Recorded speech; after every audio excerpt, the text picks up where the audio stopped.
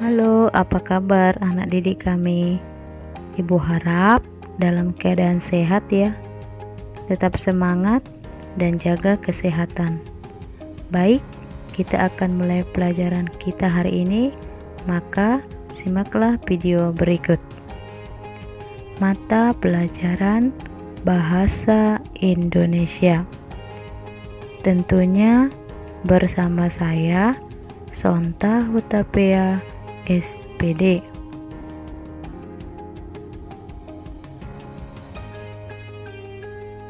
Materi kita pada hari ini yaitu tentang teks eksplanasi.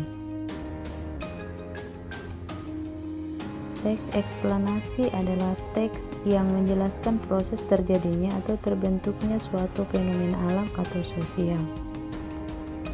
Contoh fenomena sosial antara lain pada gambar yang pertama yaitu membuang sampah sembarangan, dan pada gambar yang kedua yaitu tawuran. Contoh fenomena sosial pada gambar yang ketiga yaitu kemacetan lalu lintas. Dan contoh fenomena alam pada gambar yang pertama yaitu mengenai tsunami, dan pada gambar yang kedua contoh fenomena alam yaitu gunung meletus,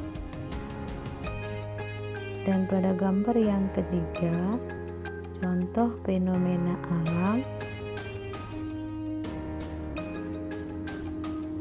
tanah longsor. Lalu, bagaimana teks eksplanasi terbentuk? Teks eksplanasi terbentuk karena terdapat 3 struktur pembangun. Yang pertama, identifikasi fenomena, yang kedua, rangkaian kejadian, yang ketiga, ulasan. Identifikasi fenomena bagian awal dari teks eksplanasi atau orientasi, yang kedua, penyampaian topik atau permasalahan yang dibahas, yang ketiga, berisi tentang fenomena alam, sosial, budaya, dan lain-lain. Rangkaian kejadian berisi proses kejadian fenomena yang dibahas, penjelasan kronologis atau urutan waktu, penjelasan sebab akibat atau hubungan kausalitas.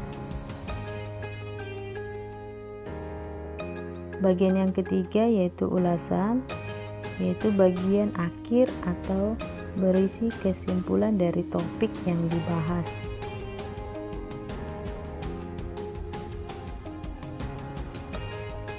Sebagai teks yang bersifat faktual atau nyata, teks eksplanasi banyak menggunakan kata yang bermakna denotatif atau makna yang sebenarnya.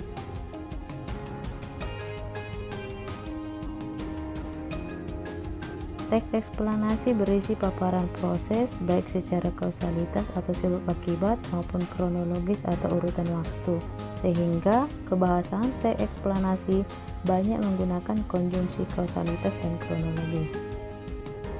Yuk, simak penjelasan dan contoh kebahasaan yang terdapat dalam teks eksplanasi.